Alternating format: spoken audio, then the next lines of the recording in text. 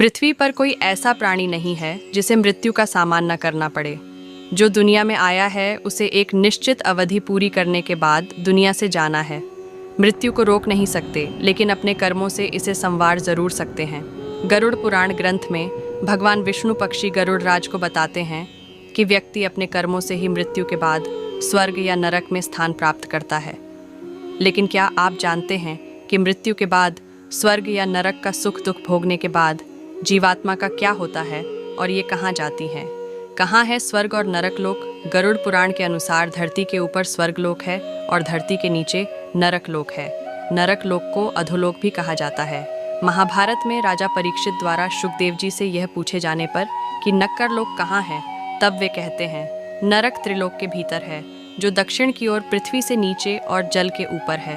वहाँ सूर्यपुत्र और शनि के भ्राता यमराज का वास होता है, जो दूतों द्वारा लाए जीवात्मा को उनके बुरे कर्मों का दंड देते हैं।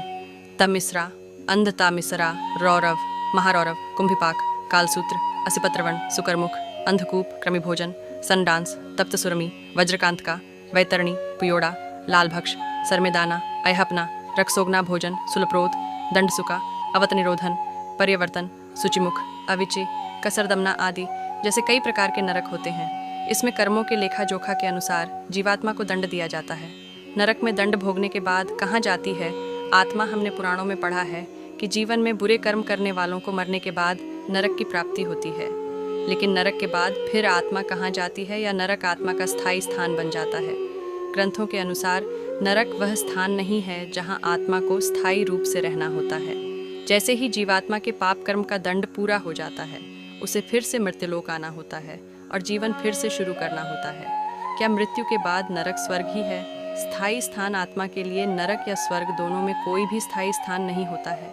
आत्मा का यहाँ आना जाना केवल पाप और पुण्य कर्मों को भोगना होता है। यदि आत्मा स्वर्ग में जाती है तो भी वहाँ अनंत समय तक नहीं रहना होता है। जैसे ही उसके सत्कर्मों का प्रभाव खत्म हो जाता है, फिर आत्मा भूलोक लौटती है।